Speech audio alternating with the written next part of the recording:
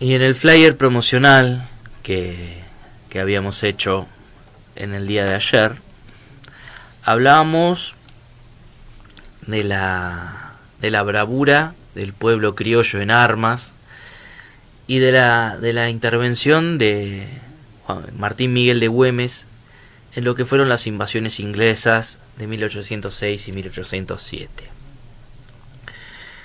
Si nosotros tenemos que hacer un contexto histórico para poder explicar qué es lo que estaba ocurriendo en cuanto al comercio en la ciudad de Buenos Aires, obviamente capital virreinal, y qué era lo que sucedía obviamente con todas las capitales virreinales autorizadas a comerciar con el puerto de Cádiz, que era el puerto comercial español a través del cual obviamente se hacían esos tipos de intercambios con las colonias. Nosotros, antes de las reformas borbónicas, antes de la llegada de la dinastía de los Borbones a la corona española, temática que ya hemos abordado en encuentros anteriores, tenemos que hablar de que las plazas autorizadas para comerciar con España, obviamente con la corona española, con los puertos españoles, estaban reducidas justamente al virreinato del Perú, lo que era Lima, su propia capital, y después lo que era el virreinato con la capital en la Ciudad de México, que eran las únicas plazas autorizadas, y todo el comercio que se realizaba desde las otras plazas era comercio de cabotaje. Dígase, se podría decir como una suerte de contrabando, aunque hablar de contrabando en ese entonces es una especie de anacronismo o de pifio histórico. Tenemos que hablar que se redacta un reglamento de libre comercio, pero de libre comercio porque se autorizaba a nuevas plazas comerciales, como entre ellas la nueva capital virreinal, que era Buenos Aires, se la autorizaba a comerciar con el puerto de Cádiz, pero no existía un libre comercio en sí mismo. Era un comercio monopólico que estaba establecido entre España y sus colonias, y ellos no tenían la autorización a comerciar, justamente a vender lo que serían los frutos del país, el tasajo, el cuero, hacia otras rutas comerciales o hacia otros destinos que no sea a través, obviamente, del mercado de contrabando. Y en esta cuestión, en esta puja, esta necesidad de algunos comerciantes de querer abrir obviamente sus horizontes y poder comerciar con otros puertos más allá del autorizado, el comercio monopólico con la corona española, tenemos que tener en cuenta que había otras plazas, otras metrópolis, por decirlo de manera más correcta, que tenían serias intenciones de comerciar, obviamente, de manejar el comercio a través del puerto de Buenos Aires, establecer obviamente sus compañías comerciales y hoy controlarlo, obviamente, ese puerto. Caso, por ejemplo, que fue el caso de la corona inglesa. Y tenemos que hacer una salvedad bastante importante. En 1797 se produce el desastre de Trafalgar, en el cual la corona española pierde prácticamente la totalidad de su flota. Entonces perdió también la capacidad defensiva de sus propias colonias. Entonces todas las colonias quedaron un poco a la merced de cualquier tipo de invasión, pero también quedaron completamente desprotegidas en cuanto a lo militar. También tenemos que hablar que no había tropas regulares en las diferentes plazas coloniales españolas, y que cuando se convocaban fuerzas era para únicamente como una convocatoria ad hoc para la defensa de la plaza en un momento específico, y nada más. No abundaban las tropas regulares ni los ejércitos regulares, pero tampoco también tenemos que tener en cuenta que el siglo de oro de de la corona española ya había pasado hace mucho tiempo, que estamos hablando de los tiempos de los Austrias mayores, de Carlos V y de Fernando II, de Felipe II, perdón, que hemos desandado la trayectoria de los Austrias mayores en encuentros anteriores, y tenemos que obviamente afirmar que ese tiempo ya había pasado hacía bastante tiempo. El tiempo de mayor riqueza tuvo el Imperio Español, donde era el imperio más grande del orbe, y el imperio más rico del orbe, que estamos hablando del siglo XVI, ya estamos en el siglo XIX. Una corona española totalmente en retirada y obviamente desprestigiada. Y volviendo un poco a lo que fue obviamente el desguarecimiento de la plaza de la ciudad de Buenos Aires y la falta de defensa ante la inexistencia de cuerpos militares de fuerzas regulares que establezcan la defensa de la ciudad, tenemos que decir que en el año 1806, y primero les voy a hacer un ejercicio. Seguramente que si ustedes conocen la ciudad de Buenos Aires, si no la conocen, pueden ver fácilmente las calles que rodean, sobre todo lo que rodea la Avenida de Mayo, Puerto Madero, la zona Congreso, Casa Rosada. Pueden ver que hay dos calles, una que se llama Reconquista y otra que se llama Defensa. Estas calles hacen referencia justamente a los hechos acaecidos en las invasiones inglesas, en la primera y en la segunda. ¿Por qué dice Defensa y por qué dice Reconquista? Bueno, en 1806, la corona inglesa, ante el conocimiento justamente de este desguarecimiento total de la plaza de la ciudad de Buenos Aires, la capital virreinal del Virreinato del Río de la Plata, que había sido creado hacía no más de 30 años, envía una flota con 1.600 hombres al mando del brigadier general Beresford, que después de una pequeña escaramuza llevada a cabo a la altura de lo que hoy sería el territorio de la ciudad de Quilmes, toman la ciudad de Buenos Aires y obviamente le obligan a prestar juramento a todas las autoridades del cabildo, autoridades consulares,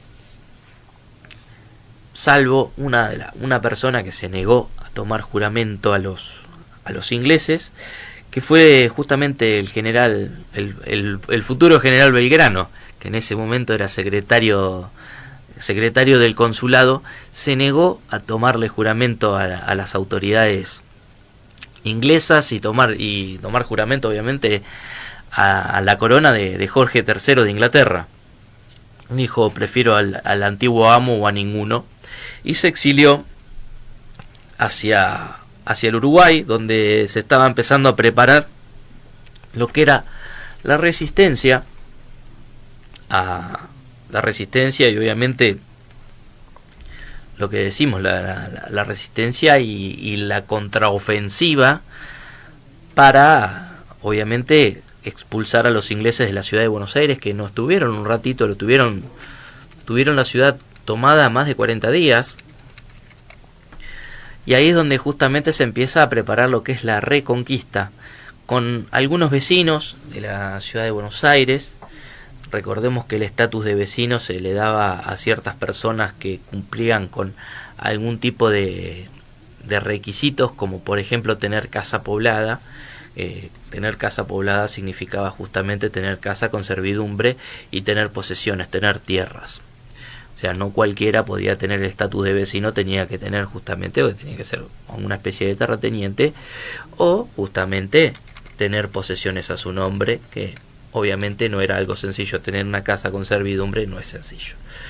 Y se empieza a organizar esta resistencia, que obviamente empieza a tomar punto de ebullición en la otra margen del Río de la Plata, en la banda oriental, y la empieza a organizar un ex oficial de la Marina francesa, que era Santiago de Liniers, que empieza justamente a organizar esta contraofensiva, y se empiezan obviamente a conjugar con las voluntades de los vecinos, de algunos vecinos ilustres de la ciudad de Buenos Aires, como puede ser Martín de Álzaga o Juan Martín de Pueyrredón, que luego fue director supremo de las Provincias Unidas. Entonces, ¿qué es lo que terminan organizando? Bueno, aprovechan obviamente un momento de sudestada, en el cual se le imposibilitaba el movimiento con comodidad a la flota inglesa, que estaba obviamente aparcada en inmediaciones de la ciudad de Buenos Aires, obviamente en el Río de la Plata. Cruzan el Río de la Plata y cruzan con una tropa de 1000 hombres, que eran obviamente eran milicianos, no eran militares de carrera ni mucho menos, y llegan a la ciudad de Buenos Aires, tienen una batalla a campo abierto, y obviamente acá dice que el 12 de agosto de 1806 se produce lo que es la reconquista de la ciudad de Buenos Aires. Obviamente ahí es donde empezamos a hablar de la importancia de la reconquista de la ciudad, de la calle de la ciudad de Buenos Aires, se llama Reconquista. ¿Qué es lo que sucede después de esta reconquista, en la cual lo obligan a capitular a Beresford y obviamente a volverse hacia la ciudad hacia Inglaterra? Volvemos a lo que es la reorganización de las tropas. ¿Qué es lo que sucede después del proceso en el cual se expulsa a los ingleses de la ciudad de Buenos Aires? Obviamente, quien era Santiago de Liniers, que había sido obviamente elegido como el comandante de las fuerzas, se empiezan a generar un proceso de militarización en la ciudad de Buenos Aires. Como decíamos que no había fuerzas regulares, el pueblo empieza a armarse, empieza a tomar fuerza de las armas, y empiezan a crearse diferentes regimientos o legiones.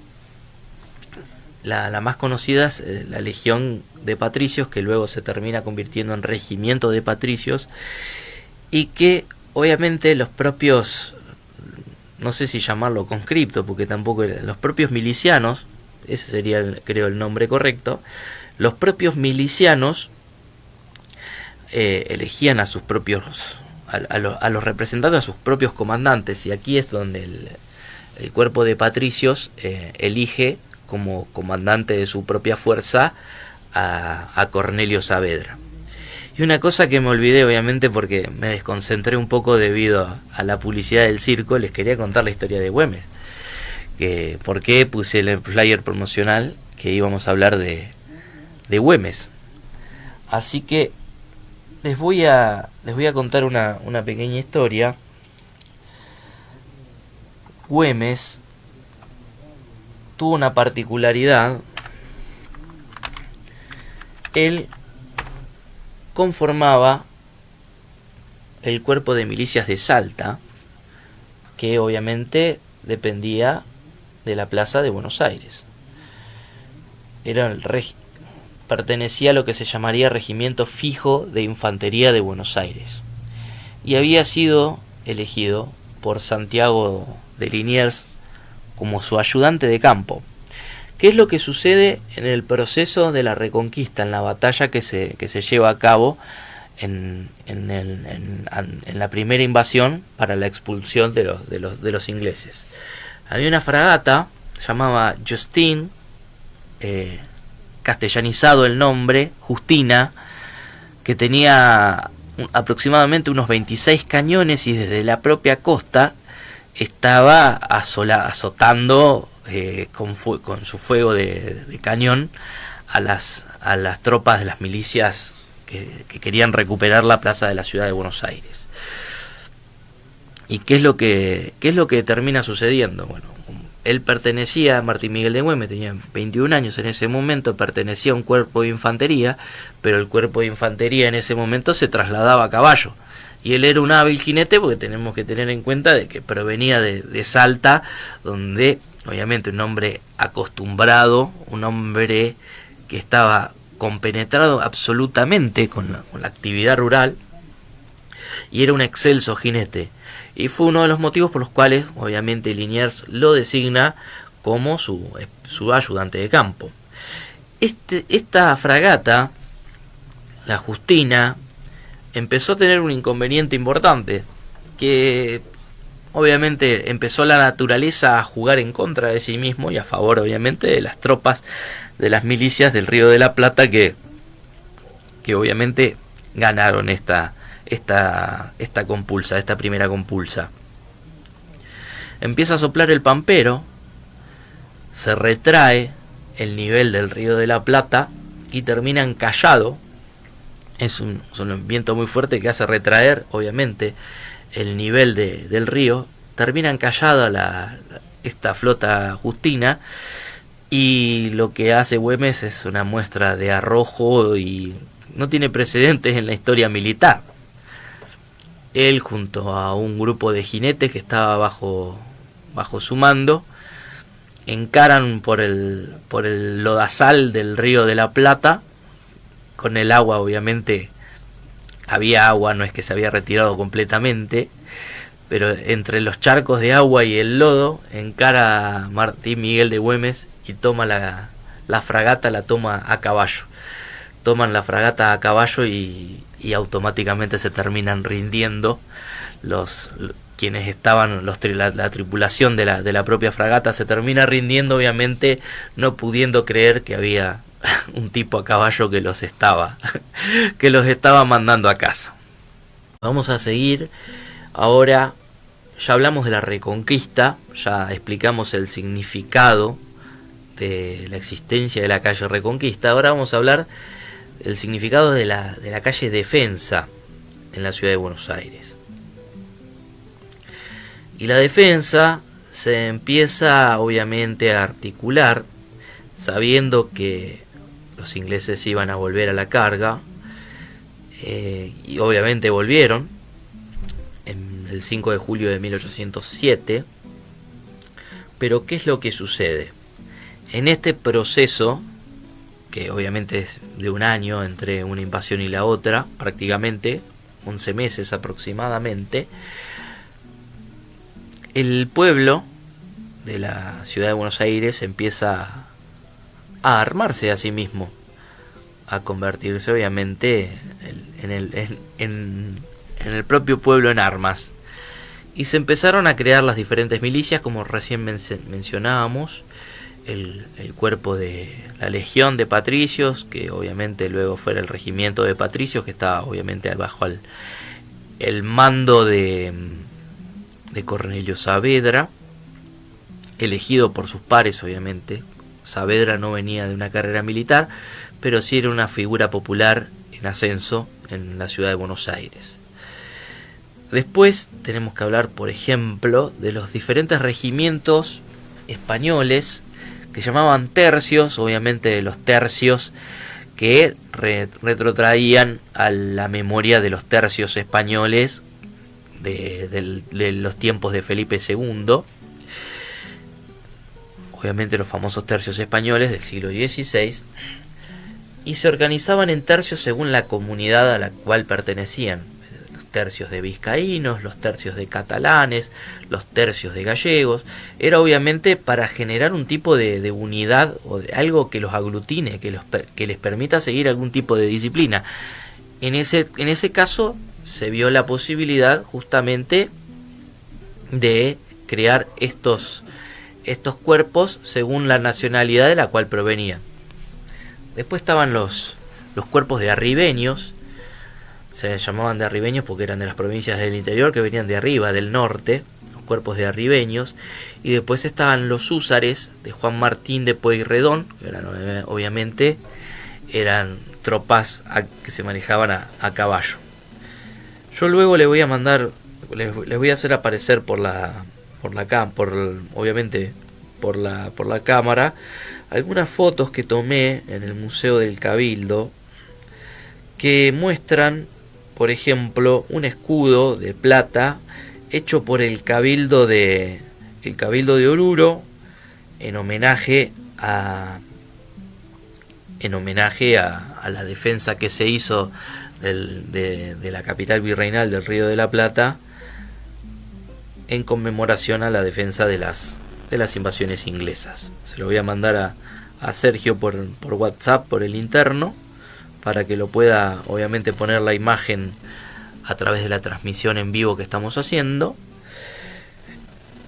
Y después también les voy a mostrar otra imagen que me pareció que es importante tenerla en cuenta. Los diferentes tipos de uniformes que tenían. Acá por ejemplo encontré el sombrero de uno de los integrantes del cuerpo de patricios, que están ahí en el Museo del Cabildo de la ciudad de Buenos Aires. También hay una planimetría, hay diferentes tipos de documentos, pero hay un documento donde muestra los diferentes tipos de uniforme que utilizaban los diferentes regimientos que se habían creado durante todo este tiempo de gestación de este pueblo en armas. Recordemos el concepto de que en un primer momento no había fuerzas militares regulares que pudieran defender la plaza de la ciudad de Buenos Aires, no había fuerza regular, entonces el pueblo se empezó a armar a sí mismo y se empezaron a crear los diferentes tipos de regimientos. Como dijimos, el regimiento más célebre que surge de este proceso de militarización es el regimiento de patricios. Y hay una cosa que es necesario aclarar, que durante todo este tiempo que transcurre entre una invasión y otra, el pueblo empezó a hacer todo tipo de maniobras de instrucción militar. Dice que la plaza, por ejemplo, la plaza central, o la plaza la que después se terminó denominando Plaza de la Victoria, que es justamente por la victoria ante estos acontecimientos. En la plaza todas las tardes se hacían maniobras de tipo militar, pero también no es que se esperaba una defensa en campo abierto, una batalla en campo abierto, sino que se preparaban como una especie de escaramuzas urbanas, se podría llamar una especie de guerrilla urbana, en la cual obviamente se establecían cierto tipo de barricadas, donde se preparaban, donde se depositaban cantidades de piedras ingentes para poder obviamente ser lanzadas a las tropas inglesas, donde se preparaban diferentes tipos de elementos para poder calentar agua. También está el famoso mito del aceite hirviendo y el agua hirviendo, y la discusión si era agua o aceite, y que se decanta, la historia revisionista se decanta por la existencia de que sean calderos con agua hirviendo, porque el pueblo no podía permitirse comprar esas cantidades, esas cuantiosas cantidades de aceite para poder arrojarlas. Pero la realidad es que la defensa urbana existió, y obviamente ante la llegada del advenimiento de la nueva tropa, que era una tropa que ya era un poco más grande, bastante más grande, que vinieron con unos 10.000 efectivos contra los 1.600 que habían venido en la primera oportunidad. Y esta vez no estaban al mando de un brigadier general, sino que estaban al mando de un teniente general, ya un rango mucho mayor, que era el general Whitelock. El general Whitelock se llega a suelo bonaerense y lo enfrentan en la plaza de Once, la plaza Miserere, y ahí es donde Liniers comete algunos errores estratégicos que de momento dieron a pensar de que la plaza iba a ser, la ciudad de Buenos Aires iba a ser nuevamente perdida. Cuando hablo plaza, hablo de plaza o sitio o espacio militar, como la plaza de la ciudad de tal cosa. No hablo de la plaza como el rectángulo donde hay un monumento al medio, hablo de la plaza como ciudad. Ante estos errores estratégicos, obviamente se tuvieron que retraer hacia la defensa urbana, y ahí es donde empezaron a jugar un papel diferente, obviamente, tanto Álzaga como Pueyrredón, como el propio Cornelio Saavedra. Y la defensa fue exitosa, si bien tuvieron algunas derrotas. Los soldados se atrincheraron en el convento de Santo Tomás, si no me falla la memoria, y fueron asediados en ese momento. Y la cuestión es que en un solo día el cuerpo de las fuerzas comandadas por el propio Whitelock perdieron 3.000 soldados, lo cual terminó siendo una baja inmensa, y que obviamente ante semejante cantidad de bajas en un solo día, 3.000 personas en un solo día, perder 3.000 efectivos en un solo día, era el anuncio de una derrota inminente que lo obliga a capitular y a volverse a Inglaterra y terminar recibiendo un juicio militar y una baja deshonrosa del ejército obviamente de la corona inglesa.